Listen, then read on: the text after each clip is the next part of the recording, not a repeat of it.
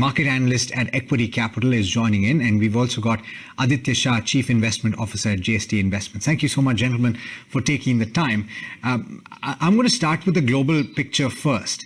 I will come to you, David. The CPI print, certainly something that a lot of people cheered, not just in the United States, but I think across the globe, because that overhang of high inflation, red hot inflation which is in fact higher than what we're seeing here in India, has been a significant cloud on risk assets.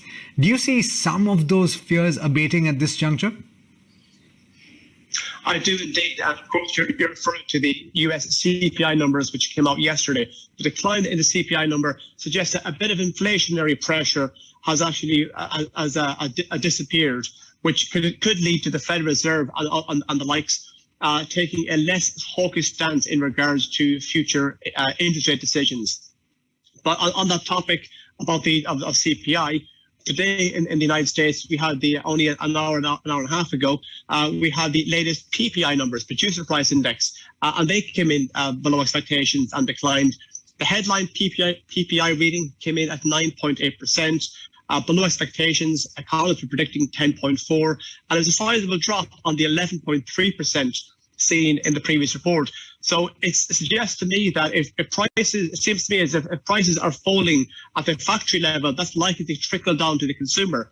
And with that, it's kind of more good news in terms of the squeezed consumers, because let's face it, in the United States, inflation is running at a much higher rate than wages are. So with that should actually down the line take a bit of pressure off the consumer. And in turn, what we're seeing is, with the PPI numbers today in the United States, we've seen the US 500 rally. The US 500, S&P 500 rather, has gone on to hit a new 3-month high. So overall, traders are a bit less cautious and a bit more optimistic about the future.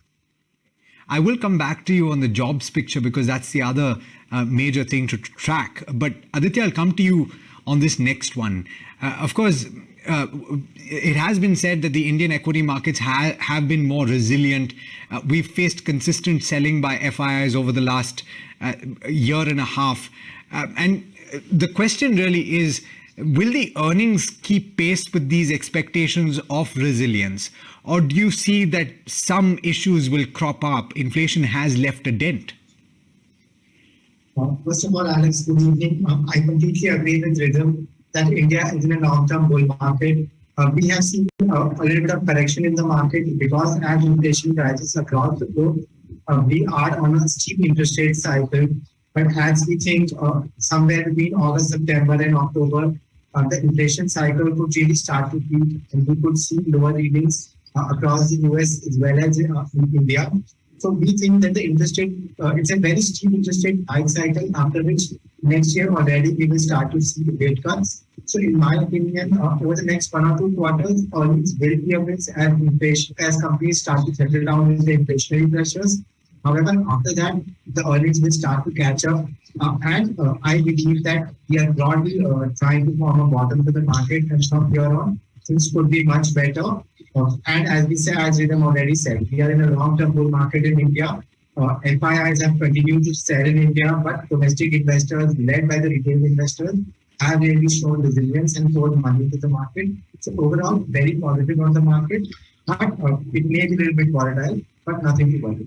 Certainly. And to your point of retail investors pumping money into the equity markets, you continue to see systematic investment flows of as much as 12,000 crore rupees every month. But David, I'm coming back to you on the other important parameter to track, which is the jobs scenario, right? And again, the resilience of the US equity, of the US market, of the US economy as a whole, the fears of recession, how bad that could be. In a blue sky scenario, of course, you could see that inflation might just taper off for the coming months and things will pick up once again. But is that blue sky scenario likely, or are we in for a bumpy road ahead? The blue sky scenario It's likely, if you look at it through the lens of the latest unemployment numbers from the United States. The last week's non-farm payroll figures were very well received. They came in at 528,000, well above expectations. Economists were only predicting 250,000. It was a sizable increase on the previous month reading. It was the highest reading in 5 months. And on top of that, the unemployment rate ticked down to 3.5%, its lowest reading in over 2 years. So the labour market is clearly quite strong in the United States. So in that regard, there is certainly room to be optimistic. That being said, if the Federal Reserve also view the very strong US labour market in the same vein as I do, they might use that as an excuse to carry out another 75 basis point hike in September. Today's PPI numbers have had a bit of information in there that was ever so slightly concerning. The core PPI reading today came in at 7.6%, ever so slightly below the 7.7% that economists were predicting. And there was a decent enough drop off from the 8.2% seen in the previous report. So the fact that it's dropped from 8.2 to 7.6 suggests to me that underlying demand is actually dwindling a small bit. So overall, I'll be optimistic with the economic indicators we've seen recently, but there certainly is elements for concern in there. Certainly.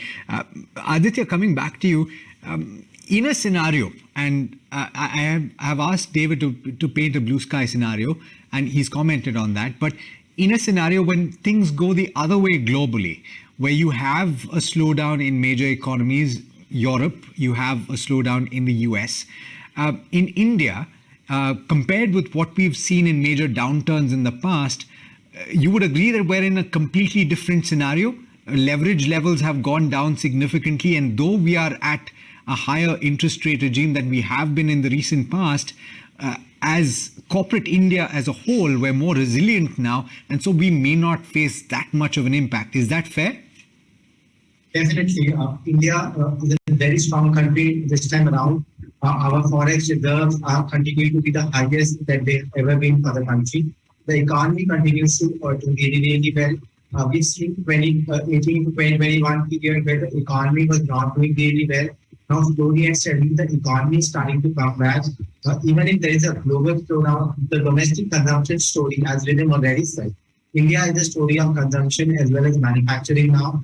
So the consumption story continues to remain extremely strong. And I believe that over the period of next 2 to 3 years, the downtick in the economy that we had seen from 2018 to 2021 will start to recover, and we should start to move ahead on the economic growth numbers to about 6, 7, 8%, which is very good considering the fact that a lot of Europe and a lot of US could face potential slowdown. So in my view, there's no problem as such in the domestic economy. Global factors could lead to a slowdown. Let's say the prices of natural gas or prices of food, which could be really negative for India. But however, the domestic economy and consumption economy continues to remain extremely strong. And from that point of view, over the next 2 to 3 years, very bullish on the Indian economy. Okay, so that's the message coming in.